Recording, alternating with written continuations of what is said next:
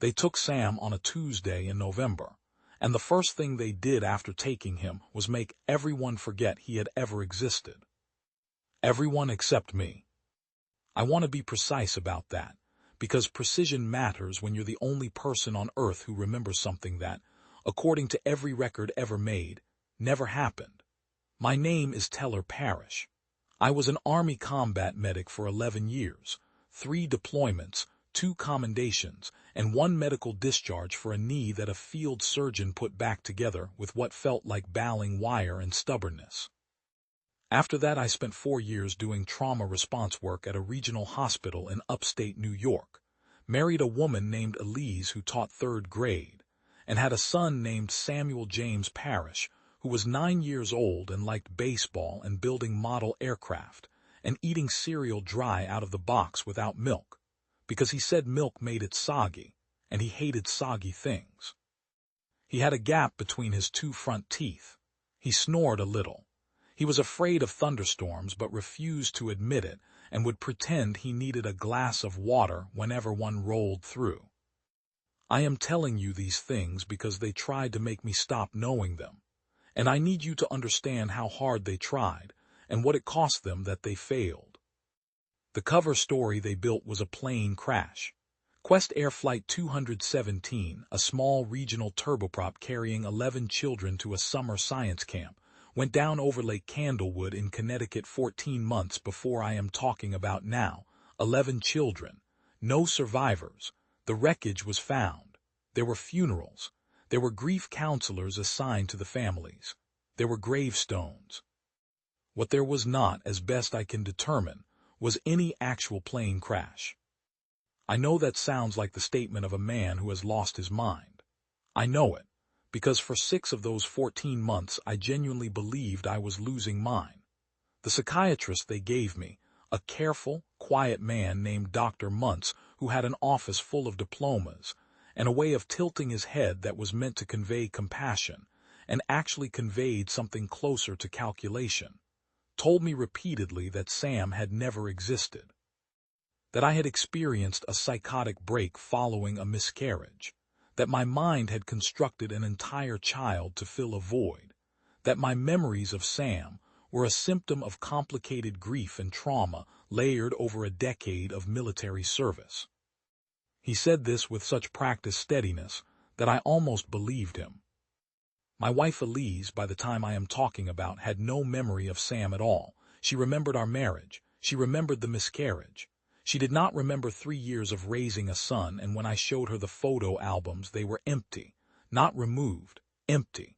The photographs had simply ceased to exist inside the physical albums, which were otherwise intact. I checked the binders. The glue strips were still there. The plastic sleeves were still there. But the photographs were gone, and the paper behind them was clean and faintly yellowed the way paper gets when it has never been touched by anything. That is not something grief does to a photo album. That is something else entirely. I lost my marriage in month 3. Elise was not cruel about it.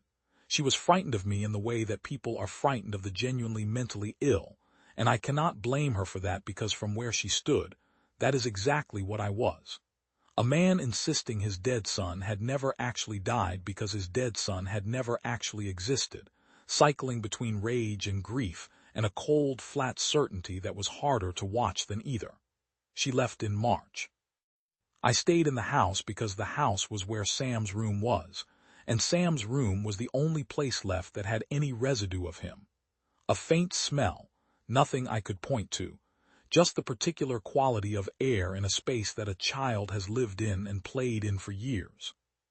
They took that too, eventually. In April, the smell was gone. I want to talk about ash coral, because without ash coral I would have either confirmed their experiment or died trying to disprove it, and neither outcome would have cost them anything. Ash was listed in the Quest Air documentation as the father of a 9-year-old girl named Lauren who had also been on the plane. He was a big man, former ironworker, living alone in an apartment in the West Bronx after his own marriage had dissolved. When I found him, And finding him took 3 weeks of work that felt more like running through chest-high water than anything resembling a real investigation. He had no memory of Lauren at all. He knew who I was because the grief support group had put us in contact 14 months earlier, but he thought we had bonded over shared loss, not over specific children who had been on the same plane. He thought Lauren was a name I had mentioned in passing. I went to his apartment. I do not know what I expected. I think I expected another dead end, another human being whose memories had been cleanly extracted and filed away somewhere I could not reach. What I found instead was a wall. Specifically, I found a wall in what Ash was using as a storage room that had fresh paint on it. Not the rest of the room, just that wall, and paint so new that when I pressed my thumbnail against the baseboard I left a mark. I ripped it back. Ash watched me do it and didn't stop me, which I think says something about him, that somewhere below the level of conscious memory there was still something that recognized what I was doing as necessary rather than insane. Behind the paint was wallpaper. Behind the wallpaper was pencil, height marks. A child's name and dates recorded in a parent's careful handwriting. The kind of marks you make on a door jamb or a wall when you're tracking how fast your kid is growing. Because you know somewhere in the back of your mind that they won't always be this small, and you want to have a record. Lauren Coral, age 5, 5 feet 2, age 6, 5 feet 4, age 7, 5 feet 6. Ash sat down on the floor of that room and put his face in his hands, and he remembered. That is the moment I want you to understand, because that is the moment that changed everything. Not for us, our situation did not improve immediately. In fact, it got considerably worse, but for them. Because whatever they were running, whatever their experiment required, it required that the bond be completely severed, not mostly severed, not functionally severed for practical purposes, completely. And what those pencil marks on the wall behind the paint told us was that their severing had a seam, a place where it didn't quite take, and if it had a seam, it could be found, and if it could be found, it could be pulled. Ash came out of that apartment, a different man than the one who had let me in. We spent 3 weeks after that being run. There is no better word for it. The people who were facilitating the experiment, I hesitate to call them human beings throughout, but in those weeks they presented as human beings, and so I will call them that, moved quickly once it became clear that Ash's memories had returned. Dr. Muntz became unavailable. Federal agents who did not identify their agency arrived at my house. A detective named Ann Hadley, who had been monitoring me at Dr. Muntz's request, shifted from observer to pursuer. I want to be clear that the agents they used were people, American citizens, government employees, apparently, in some office whose mandate was to monitor the experiment and ensure it continued undisturbed. They were not willing participants in anything monstrous. They were people who had been told a version of events that made their actions seem reasonable, and who carried out those actions with the dull efficiency of people following procedures they had been following long enough that they had stopped questioning them. I don't have much sympathy for that. I have some, not much. The entity directing them was something else. We caught a glimpse of it in week 2, in the parking structure of a hospital where Ash and I had gone to access the Quest Air flight records that had been filed with the FAA. It looked like a man in his 50s, gray suit, no affect whatsoever, not flat affect the way a psychopath reads flat, but genuinely, structurally nothing there.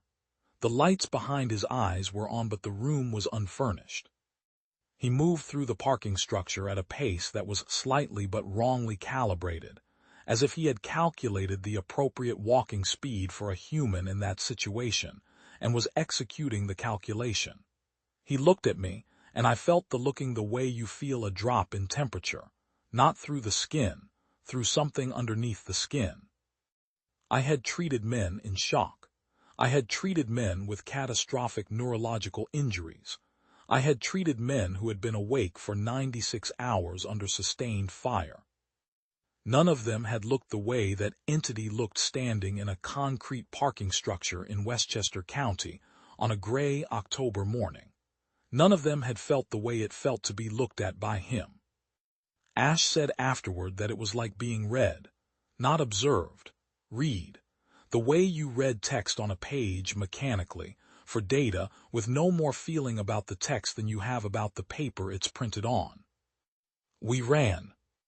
The running phase of this story is the part that is hardest to tell, because it was mostly fear and exhaustion, and two people who barely knew each other trying to hold a very thin thread of purpose against a sustained effort to make them let go. We slept in the car 3 nights running. We ate what we could, when we could. Ash had contacts from his union days who could move us between boroughs without leaving a clear trail. I had a friend from the army, a woman named Reyes who ran a clinic in Newark, and who asked exactly 0 questions when I showed up needing supplies and a place to make calls. Reyes is the one who found the pattern. She had been tracking unusual disappearances in a database she maintained for a nonprofit that worked with missing and exploited children. The disappearances followed a pattern that was not immediately obvious because the cover stories were varied. Some plane crashes, some drownings, some apparent SIDS cases, some children who had simply vanished in the night with no event attached.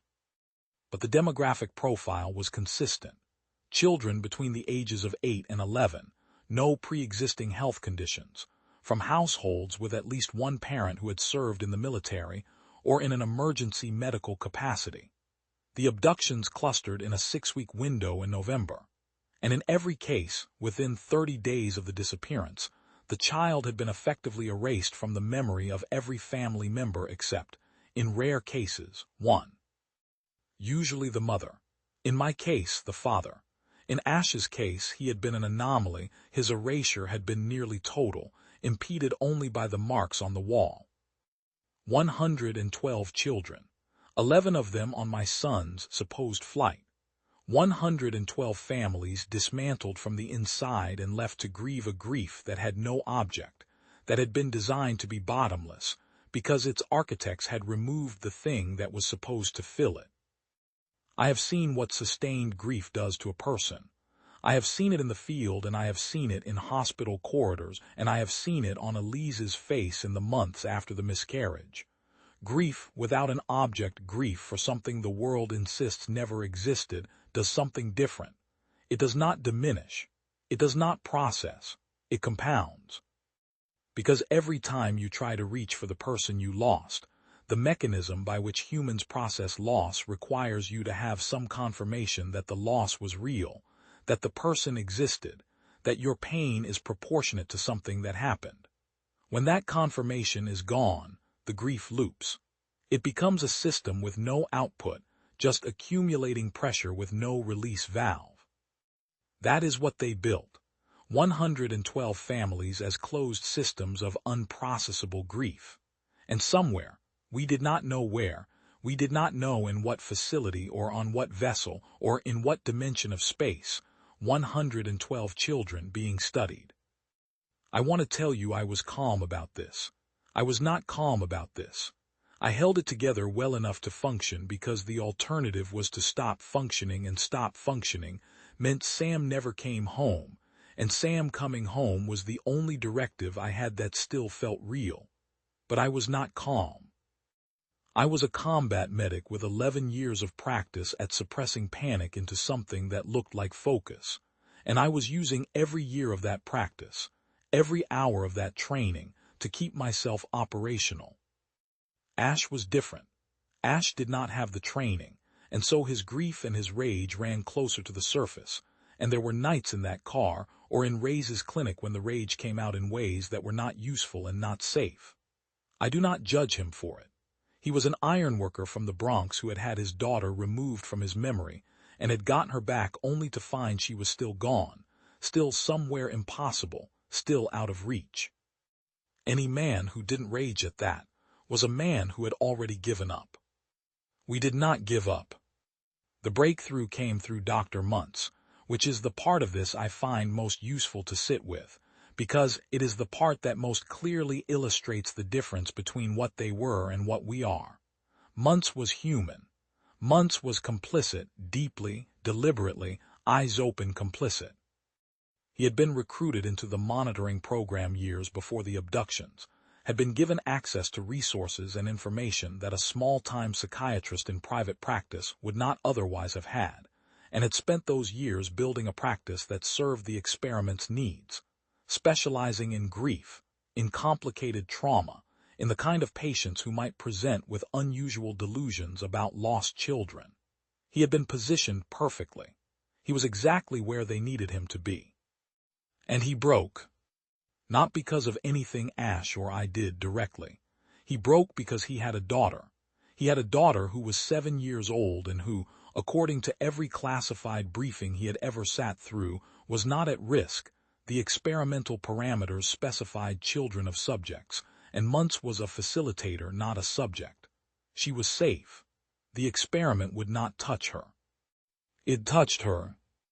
I don't know if it was an error on their part, or an expansion of the parameters, or a deliberate move to ensure Muntz's continuing cooperation. What I know is that on a Wednesday in November, almost exactly 14 months after Sam disappeared, Dr. Muntz called the cell number I had been using from a phone he bought at a gas station in Westchester, and in the call he told me where they had last taken us, and he told me where the handler was operating from. And he told me that if I wanted answers I needed to go now because they were becoming aware that the experiment was compromised, and the procedure when an experiment was compromised was to terminate all associated variables. Variables, that is what he called us. I asked him if he knew what his daughter's middle name was. He said he didn't know if she had a middle name. I told him I was sorry, and I meant it, and then I went to find the gray-suited man. The location was an aircraft hangar at a regional airfield in Connecticut that had been decommissioned in 2019 and sold to a holding company that Ray's contacts could not trace beyond 3 layers of shell corporations. The building was not locked. This was not carelessness on their part.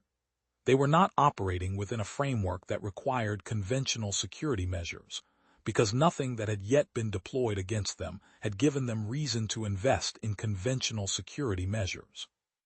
We were the first variables who had gotten this far. I think about that. I think about it often, not with pride, with something grimmer than pride. The reason we were the first variables to get this far was not because we were exceptional. It was because they had not yet encountered what happens when you give a species with our particular set of psychological characteristics something it is not able to let go of. We had the keys to every lock in that hangar, because nothing about the locks was calibrated for us. The interior of the building was not what I expected. I do not know exactly what I expected, some visible machinery of alien intervention, banks of equipment, a staging area that would visibly announce its wrongness. What was there instead looked almost exactly like an ordinary decommissioned hangar: concrete floor, high ceiling, a few rusted equipment hooks, strip lighting that buzzed faintly. The ordinary shape of an abandoned human industrial space. And him, standing near the far wall, facing us. Up close in the specific gray of that hangar's lighting, he looked less like a man than he had in the parking structure. Not because his physical form had changed. It hadn't, at least not in ways I could catalog, but because in that space, with nothing around him calibrated to human scale in the way a parking structure is calibrated to human scale, the wrongness of him was harder to screen out. He was too still, not the stillness of a man standing quietly. The stillness of something that had concluded that movement was unnecessary for the moment and had simply ceased it, the way you might pause a recording. He spoke. The voice was right, pitch, cadence, vocabulary, all correct, all studied, nothing I could point to as overtly wrong. What was wrong was the delivery. The spaces between words were precisely regular in a way that human speech never is. Because human speech is generated by a system that is processing meaning in real time, and the processing produces irregular pauses. His pauses were metronome. His pauses were calculated. His pauses told me that whatever was generating that voice was not experiencing what it was saying. He told us that the experiment was complete. that the data gathered from the parent-child bond study had exceeded the parameters the researchers had set, that all subjects would be returned, that all memories would be restored, that the facilitators would be decommissioned, and that we should understand that what had been done to us was not malicious but scientific, that the discomfort we had experienced was regrettable but incidental to a research objective of considerable importance. He said this the way you might describe a side effect in a clinical trial: regrettable, incidental. I asked him where Sam was. He told me Sam was present. He gestured toward the back of the hangar, a corridor I hadn't seen in the dark, and said that all subjects would be released as part of the experiment's conclusion. He said it in the way you say something you believe requires no further discussion because the logic is self-evident. He had explained what was happening. He had assigned it a value: scientific, important, regrettable, but concluded. From his framework, that completed the transaction. Ash took one step forward, and the entity turned its attention to Ash with that reading a page quality, and said that Ash should understand the necessity of what had been done. Ash said very quietly, "You took my daughter."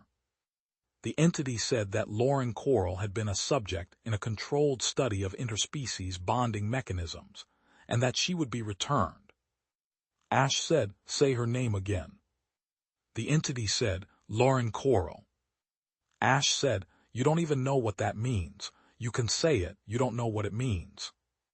The entity was silent for 1.4 seconds. I counted. I noted it, because the pause was the first one that had been irregular, and the irregularity was the first indication that something about this interaction was not proceeding according to its model. It said that it understood the human parent-child bond was a complex neurochemical and psychological phenomenon, and that this complexity was precisely what made it a productive subject for study. I said, "You built the experiment wrong." Another irregular pause. I said, "You selected for parents with military or emergency medical backgrounds. You wanted parents who were functional under trauma. You wanted to know if the bond could survive the highest stress conditions you could model, but that's the variable you got wrong. You wanted the bond to break. That was your hypothesis, that the bond, even the most durable bond you could find, would eventually be suppressible. You needed us to be the hardest possible cases, and you got us." The entity said that the experiment had demonstrated that the parent-child bond was not, in fact, fully suppressible under even extreme conditions, and that this finding was significant. I said, "It's not a finding, it's a warning." Ash had moved to my left. I had not seen him move. He was simply there, where he hadn't been, which is a thing that happens with men who have worked in environments where spatial awareness means the difference between a dropped load killing someone and it not killing someone. He moved the way men move when movement is a professional habit. The entity's attention shifted to track him, and in that shift it turned its back on me by something close to 40 degrees, and I walked forward. I had not formulated a plan. I want to be honest about this, because I'm a man who spent 11 years in situations where plans mattered and plan failure mattered, and improvisation in the gap between plan and failure was the thing that kept people alive. I did not have a plan. I had a direction, toward the corridor, toward Sam, and I had the particular zero-gravity clarity that comes when a situation has stripped away every consideration except the one that matters. The entity turned back to me and said I should stop. I kept walking. It said that I should understand that the experiment was concluded, and that my cooperation was expected in the debrief process. I kept walking. It said that the alternative to cooperation was reclassification of my status in the study. I stopped, not because I was afraid of reclassification, whatever that meant. I stopped because Ash had gotten to the corridor first. He was standing in the mouth of it, and he could see something I couldn't, and the sound he made was not a word, was not a coherent utterance of any kind, was something below language, the sound a person makes when they have been running toward something for so long that the running has become the whole of them, and then suddenly the thing is there. I turned to look at the entity. It was watching Ash. The calculation pause was running long, longer than any previous pause, and I understood, with the same clarity that had been carrying me across that hangar floor, that this pause was different. This pause was not a communication delay. This pause was a processing problem. Something in its model had encountered an input it had not been built to handle. Not a failure of the suppression mechanism. The suppression mechanism had failed, that data was already logged. Something else. Something about the way Ash looked and sounded in the mouth of that corridor. I think what it encountered was grief resolved. Not grief managed, not grief suppressed, not grief redirected into function. Grief arriving at its object. The specific neurochemical and psychological event of a parent who has been running for 14 months in one direction, arriving. It had modeled the bond.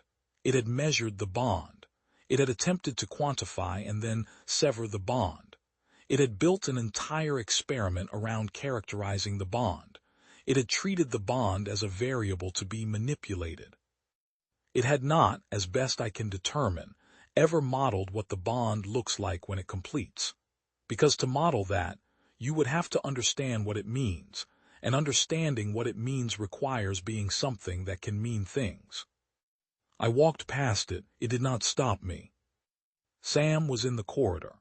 He was 9 years old and he had the gap between his front teeth, and he was standing in the way that children stand when they have been frightened for a long time, and have arrived at the specific exhaustion on the far side of fear, the flat, quiet place where you just need someone familiar.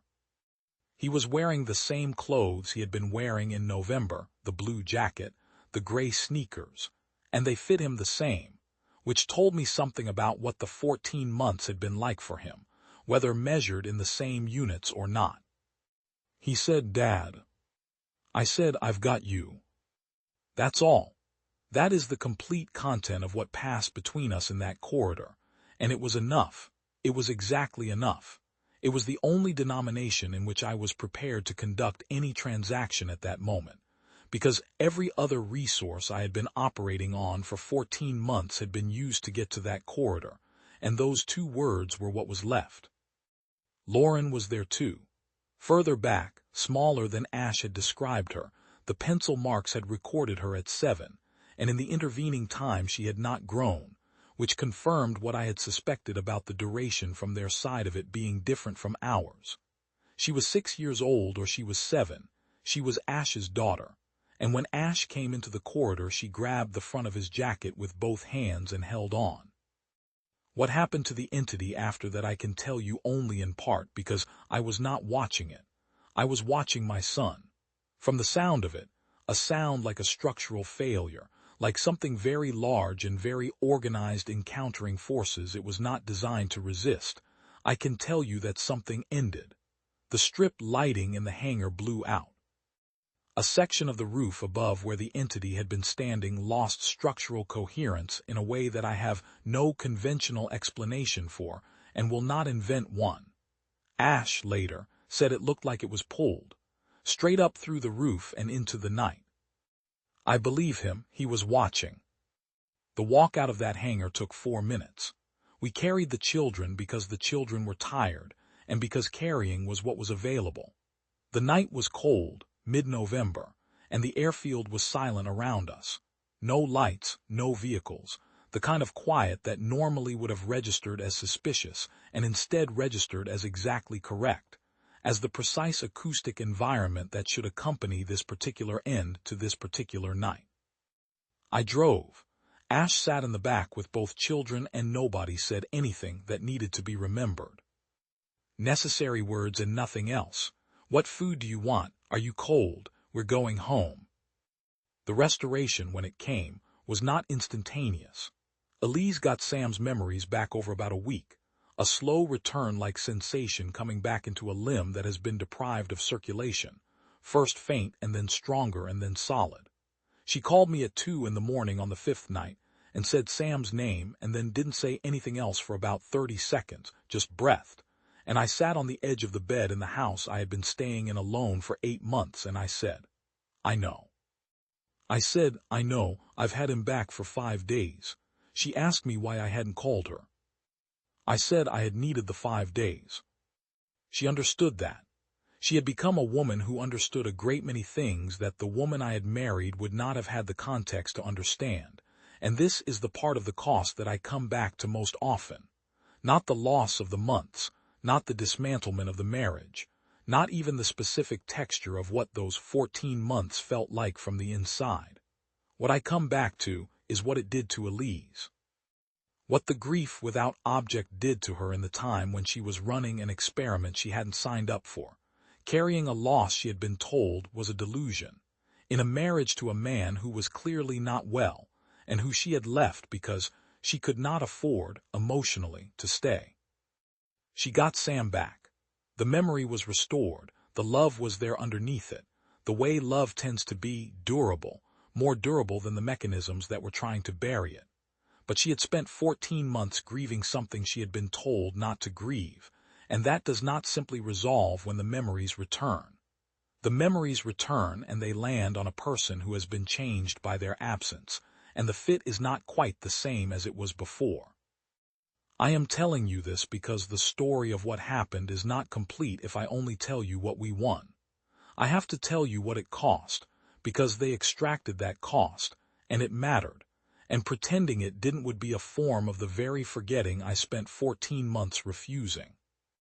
Dr. Muntz was found in his car in a parking garage in White Plains 5 days after the night at the airfield. He was alive. He has not, as far as I know, been formally charged with anything, because the agencies that would charge him are the same agencies whose personnel were running the facilitation network, and those agencies have not been notably forthcoming about their role in any of this. I do not know what happened to the other facilitators. I do not know the full extent of the monitoring network, or how many government employees it encompassed, or at what level the authorization had been granted. These are questions that people with more institutional power than I have are attempting to answer, with limited success, which tells me something about how thoroughly the experiment had been embedded. What I know is what I started with: 112 children. My son was one of them. 47 were recovered in the weeks following the night at the airfield, as the experiment's infrastructure unwound without its central coordination. The remaining 65 are, as of the time I am telling you this, still unaccounted for.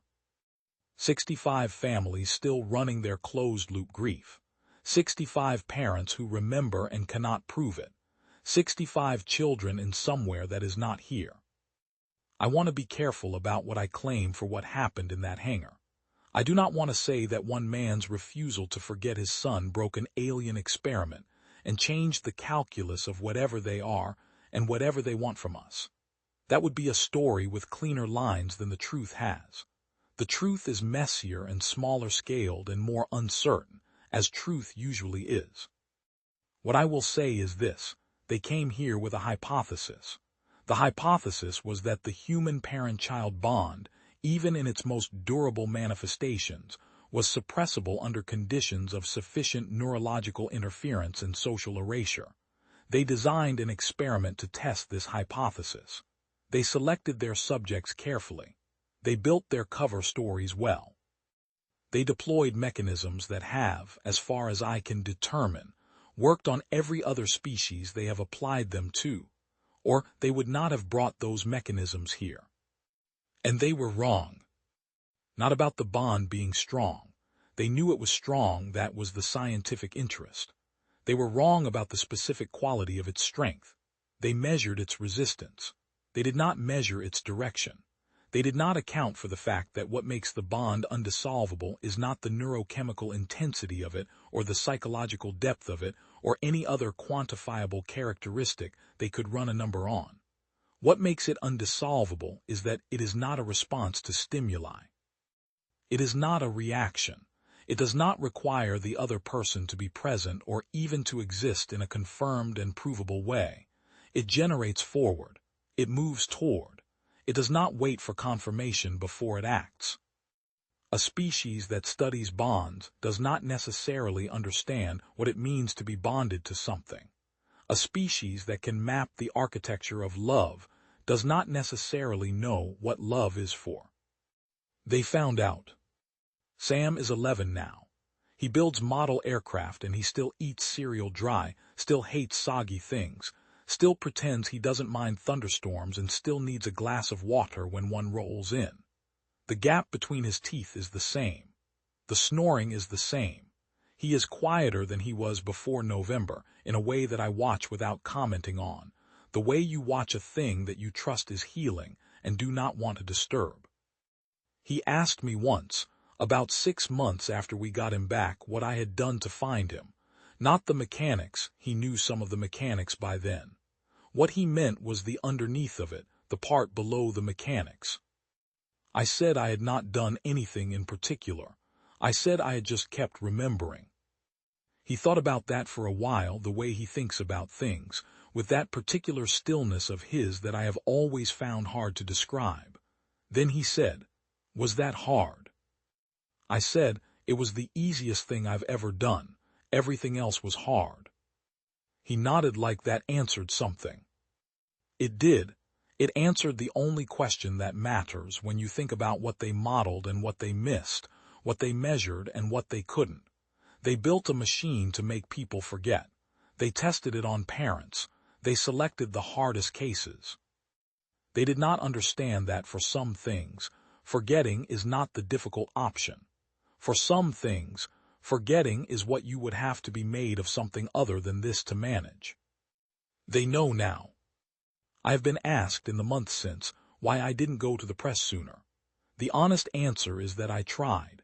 3 times in the first 4 months I brought documentation to journalists, phone records, the FAA filing inconsistencies, the demographic pattern Ray's had pulled from the missing persons database. Twice I was declined without explanation. The 3rd time I met with a reporter who seemed genuinely interested, who took notes and asked follow-up questions, and said she would need to verify through official channels before going to print. She called back 4 days later. Her voice on the phone was careful and neutral, and she said she had not been able to confirm any of the documentation through her sources, and that she would not be pursuing the story.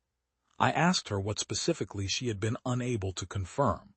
She said the FAA had no record of Quest Air Flight 217 in their incident database. I knew the flight was in the database. I had printed the entry. The printout was in a folder on my desk. I asked her if she wanted me to send it to her again. She said she had to go. She did not call back. This is the operational detail they had that most impressed me, in a cold professional way that has nothing to do with admiration. They could edit institutional memory. Not just personal memory, institutional memory. Filing systems, databases, archival records. Whatever mechanism they were using to excise Sam from my photo albums and from Elise's mind, they could deploy it against bureaucratic infrastructure, against official paper trails. The FAA record existed, and then it did not, and the reporter's sources in the FAA would have confirmed its non-existence with complete sincerity, because as far as those sources could determine, it was non-existent. This is why the traditional mechanisms of accountability were not available to us.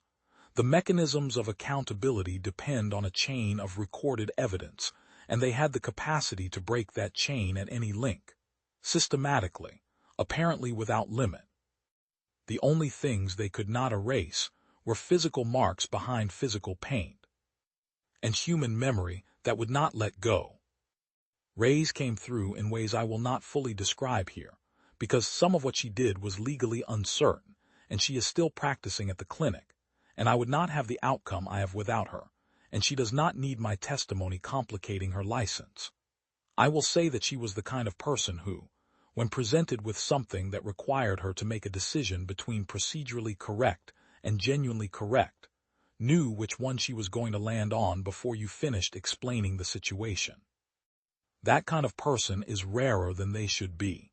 In the particular situation I was in, that kind of person was everything.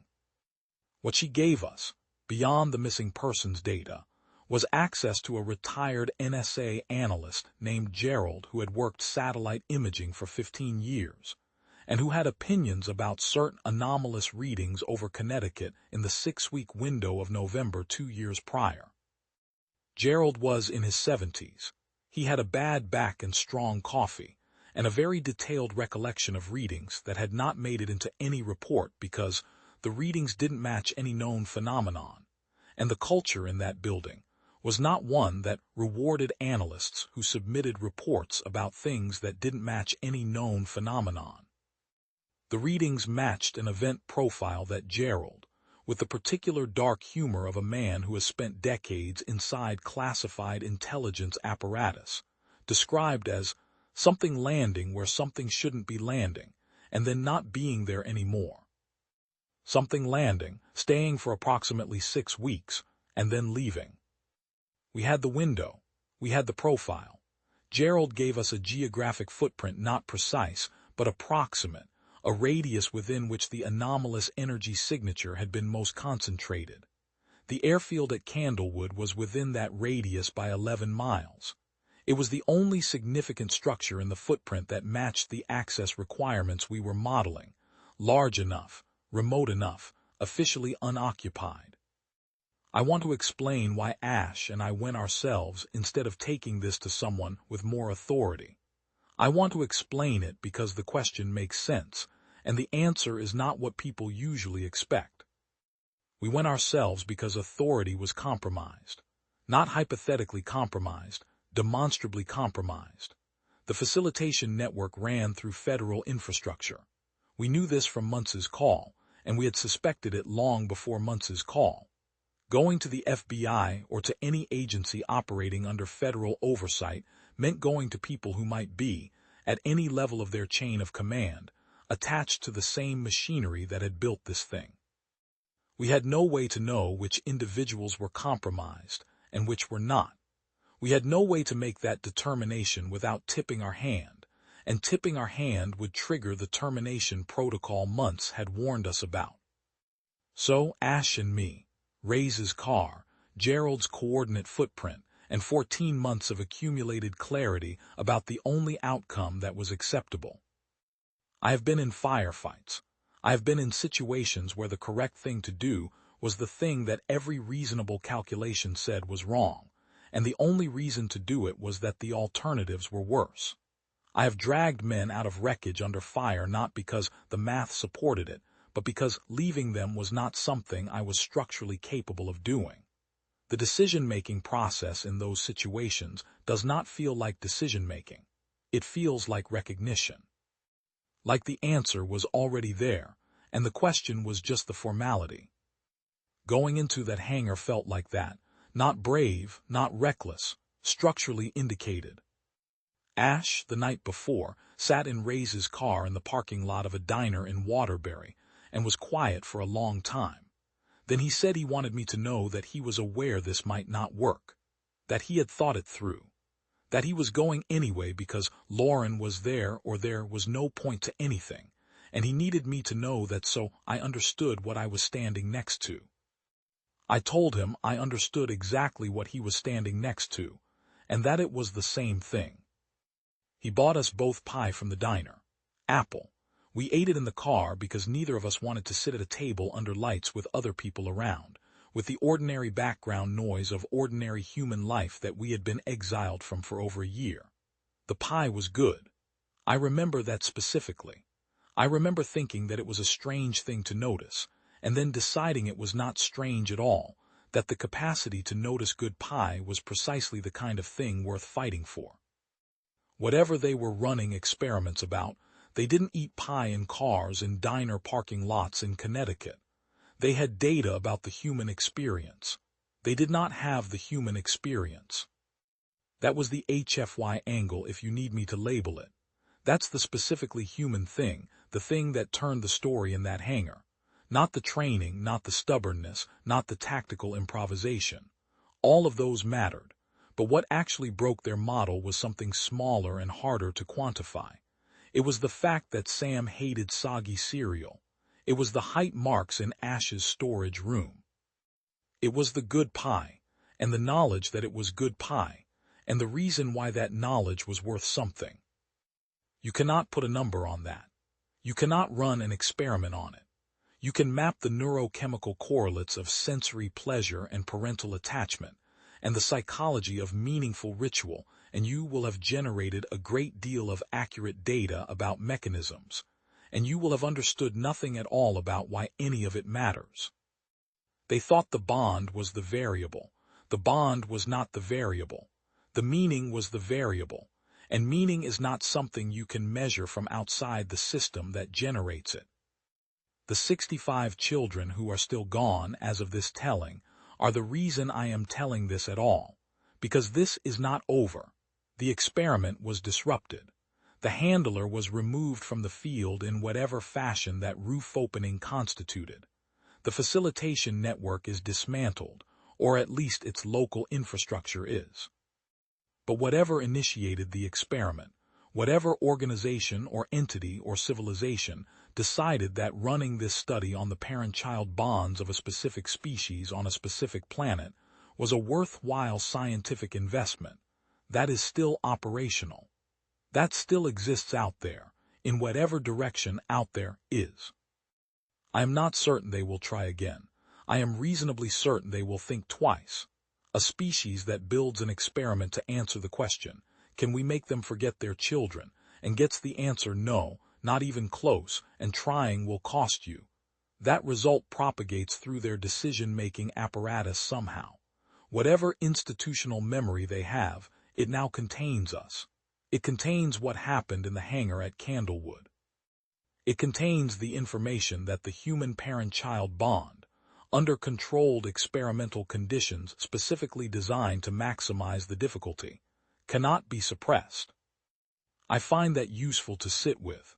Not comfortable, I am past the point of looking for comfort, but useful. They have a data point now that they did not have before, and the data point is us, and it says something specific about what we are that they were not expecting when they designed the study. They will process that. Whatever processing means for them, they will do it. They will update their models. They will note, somewhere in whatever passes for their institutional literature, that this particular variable had this particular result, and that their hypothesis was not supported. I hope that note also contains something about the cost, about what it meant to run this experiment, about the 65 families who are still carrying it, about what it looks like from inside the closed loop of grief without object, from inside the 14 months of Elise's face and empty photo albums, and a room that still smelled like a child who was no longer in it.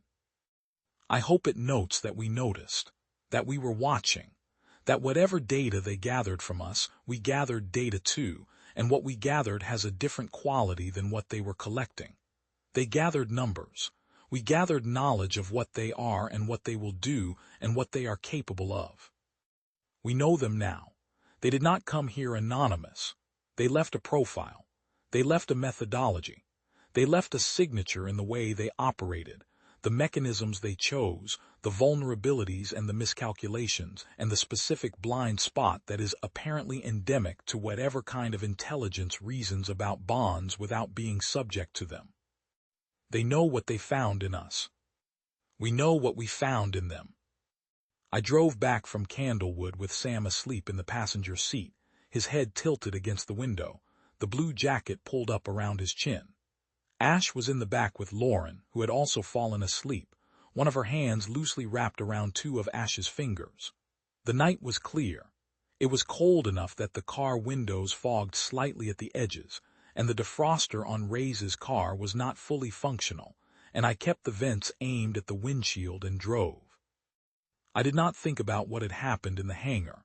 I thought about where I was going to stop for breakfast when it got light, and whether Sam still liked eggs the way he had liked them before, and whether Ash had somewhere to take Lauren that was safe and warm and quiet. Logistics. The mechanics of bringing people home. That's what I had left after 14 months of running on fury and grief and combat medics discipline. The ability to think about eggs and where to stop. That is not nothing. That is, in fact, the most human thing I can name. The capacity to come out the far side of something enormous and immediately begin caring about the small things, the cereal and the pie and the eggs and the heat in the car, because the small things are what the large things are protecting. They studied the bond. They never understood what it was for. I understand what it's for. I have always understood what it's for. I understood it in that corridor when Sam said my name, and I understood it in the car in the diner parking lot the night before, and I understood it in every one of the 422 days between the Tuesday they took him and the night I brought him home. It is for this. It is for getting in the car in the dark and driving back from a decommissioned airfield in Connecticut with your son asleep against the window, and the defroster fogging up the edges of the glass, and the whole long, ordinary, necessary rest of your life still ahead of you. That is what they couldn't model. That is what they know now. There is a support group now. Ray's helped start it. It meets in a church basement in Newark on the second and fourth Thursday of every month, and its membership consists of parents who remember children the world has been told never existed. Some of them have gotten their children back. Most have not. They sit in folding chairs in a room that smells like old coffee and wood floor cleaner, and they talk about specific things. The way a child held a spoon, the particular vocabulary a 7-year-old invents for concepts they don't yet have adult words for, the sound of breathing in a dark room when you stand in the doorway to check that everything is still fine. They do not have the language for what happened to them, not yet, because the language does not exist yet. They use the language that is available: abduction, experiment, conspiracy. These are all true and none of them quite fit. What happened to them is something that has not happened before, at least not in any recorded form, and the categories we have for categorizing it are all the wrong shape. What they have in the absence of better language is each other, and they have the specifics. They hold the specifics with a precision that would be obsessive in any other context and is, in this context, the only thing that keeps the specifics real. The color of a jacket, a gap between teeth, a snore, dry cereal, a refusal to admit to fear of thunderstorms. These are the things that survived 14 months of systematic erasure, and these are the things being tended in that church basement, not because they are large but because they are true. And because the difference between something being true and being erased is sometimes nothing more than one person who refuses to stop knowing it. I go every other week. I sit in a folding chair and I drink the bad coffee and I listen. Sometimes I talk. What I mostly do is be there, because being there is a form of evidence. Look, here is a man who walked through the door of a decommissioned hangar and came back out with his son, and evidence is what those parents need more than almost anything else. Not hope in the abstract. Evidence. Specific, concrete, first-hand testimony from someone who was where they are and got to the other side. I am careful not to promise them too much. The 65 children are still missing, and I do not know if or when they come home, and telling a parent in a folding chair in Newark that everything will work out would be an offense against everything I spent 14 months defending. What I tell them is the truth. It did not break me. It did not make me forget. And I looked the thing running the experiment in the face in a hangar in Connecticut, and it blinked. And what I found after it blinked was my son. That's true. All of that is true. And in a room where the primary resource is truth held against a systematic effort to deny it, that true thing has weight. Ash comes too, when he can.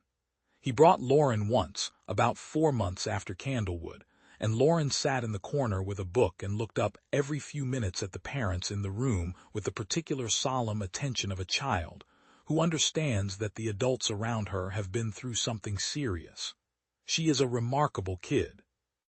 She has Ash's directness, and something else I don't have a word for, a gravity maybe, the way children sometimes have when they've been through experiences that most children are protected from, a seriousness that doesn't look like sadness and doesn't look like loss, looks more like knowledge.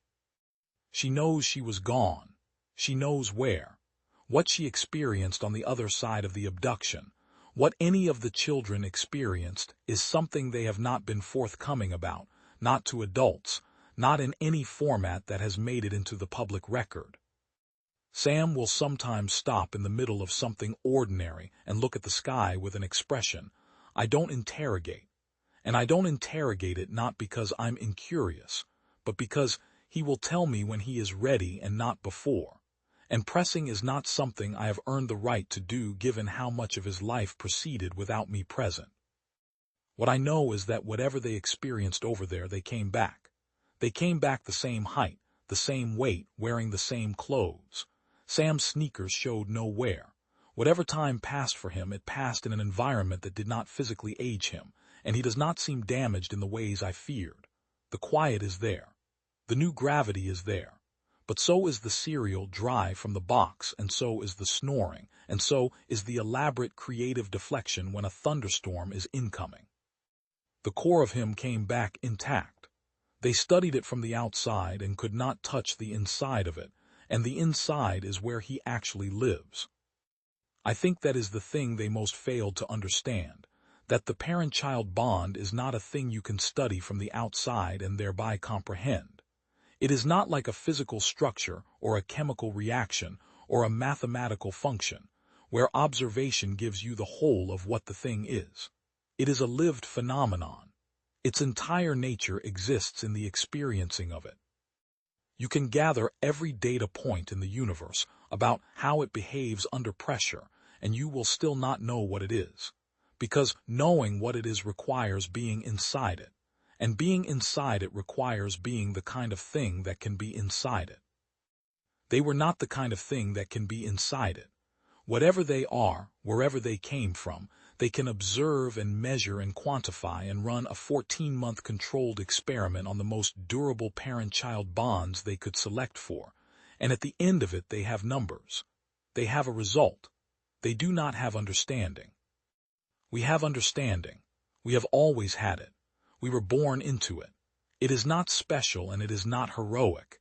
It is simply what we are, so woven through the fabric of being human that we do not typically remark on it, the same way we do not typically remark on breathing. They came here looking for data on something they could not replicate in themselves, and they found out that the thing they were studying was the exact thing that would defeat their study. That the instrument of their research was also the instrument of its undoing. That a bond strong enough to be scientifically interesting is also strong enough to walk into a decommissioned hangar in the dark and not leave without what it came for. I find a kind of grim satisfaction in that, not pride, not triumph.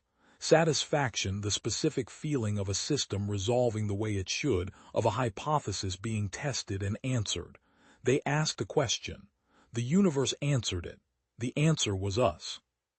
Sam is asleep down the hall as I write this. The house is quiet. There is a thunderstorm 2 counties over. I checked the weather before sitting down, and it will be here in about an hour. And Sam will wake up and pretend to need a glass of water. And I will be awake when he comes into the kitchen, and I will pour him the water, and we will stand in the kitchen in the dark and listen to the rain on the roof, and neither of us will say anything about the thunder. That is what tonight looks like. That is what we bought in that hangar. Not a resolution, not a clean ending, not a future with all the damage repaired and all the losses recovered and all the 65 still missing children safely home. Just this, a kitchen in the dark, a glass of water, the sound of rain, my son. They could not take it. They tried. They were thorough and they were capable and they had tools we had never encountered and they had 14 months to work with, and they could not take it. I'm still here, he is still here. They know we're here now.